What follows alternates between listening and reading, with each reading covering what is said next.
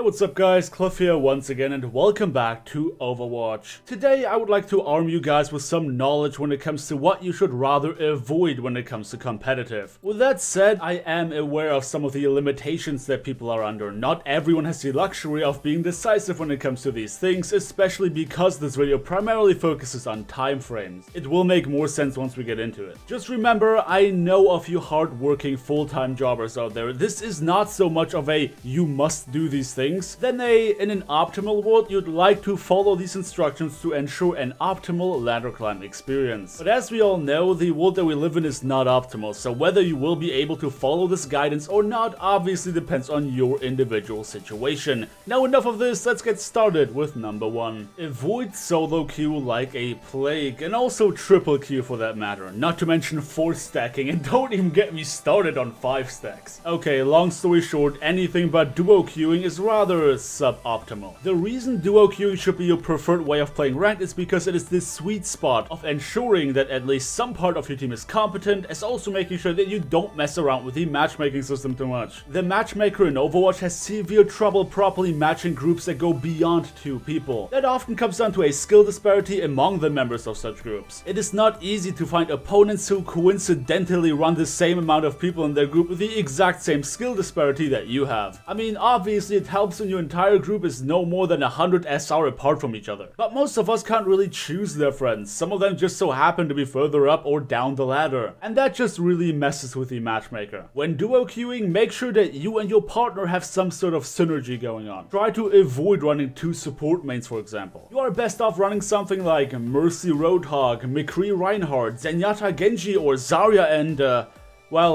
literally anything that can dump a lot of damage into a Graviton Surge. And number 2, try to avoid weekends whenever possible. This in particular is where some people just don't have much of a choice because they're busy throughout the week. But fact of the matter states that the weekend queue is rather chaotic. Obviously you have the most amount of people playing around that time, and with more people in the pool you also have more people who like to do rather questionable things. Things that could eventually cost you a win or 2. Needless to say that every team-based game has a certain level of RNG attached to it when it comes to the other individuals that you get matched up with. So it is very well possible for you to have a better experience during weekends than throughout the week, simply by sheer luck. However, it is rather common to run into more people trolling or throwing games throughout the weekend, which is exactly why I would suggest trying to avoid it. Well, since we are already on the topic of when not to play, number 3, try to avoid prime time as well. I mean, this is specifically if you care a lot about improving your rank. I always try to preach that you should rather care more about improving yourself at the game rather than improving a number in the form of your rank, but you know, I'd be a liar if I said that I did not care to grind for a higher rank. The same logic as for the weekend games applies. If you queue during prime times, whatever time that is where you live, you will drop yourself into a pool with a lot of other people, and the more people there are, the higher the chances of running into someone who underperforms. Obviously, if you queue around when kids come from school, you'll be running into more children. Whether that bugs you or not is for you to decide. If you queue early into the evening, you will run into more people coming straight from work. While there is obviously nothing wrong with, well,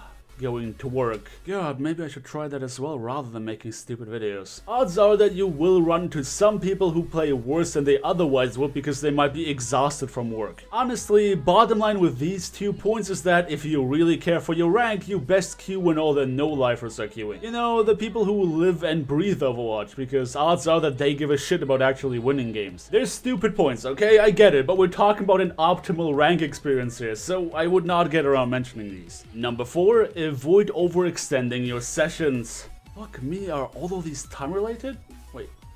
No, hold on, number 1 wasn't. Alright, we good, don't worry about it. This point is about as obvious as it gets. More often than not, the answer to losing 200 elo in an evening is not to keep grinding for another 4 hours. You gotta be able to call quits every now and again. Sometimes that means ending off on a high note. Did you just reach a new season high after a long session? Maybe it's best not to push your luck and just take it for the evening. And if you can already tell that the quality of matches is particularly bad, maybe you should not run your face into a wall. If you lost your first 3 games in a row because of some really dumb shit, then you should really not have this mindset of I just want to get my elo back. Dropping elo is as much part of the ladder experience as is climbing, and at the end of the day it's still better to only lose 60 rather than 200. And if you get tilted, you should really take a break as well, because odds are that you play worse when you're angry even when you don't realize it. And lastly, number 5, avoid having high expectations. If you go into your matches, expect the worst. Have your mindset to the expectation that you have to do the most work in your team. Try to push yourself to compensate for your team's misplays and just get your try-hard pants on. Point being, while not every single team will need you to carry, it's better not to expect them to do the right thing. There is a lot that you can do wrong in Overwatch, you know? Everyone makes misplays, lots of them in fact. Don't give someone a hard time only because they messed up. Because chances are that someone else thought the exact same thing of you at some other point in time. And honestly, I could count on the obvious ones as well. Avoid being toxic, avoid being a smartass, and avoid just generally being a shit person. We've all gotten angry over video games before. I mean, I do on a regular, but at least don't let it out on others. But this is me done for the day as I talk about 5 things that you should avoid on rank to ensure an optimal ladder climb experience. If you enjoyed the video, do let me know by dropping me a like on your way out, subscribe if you want to see more, and I hope to see you all next time.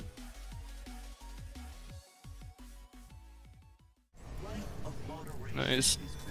I'll have grab when I get back. Okay. Oh my god! Good job, we did mate. not just win like that, dude.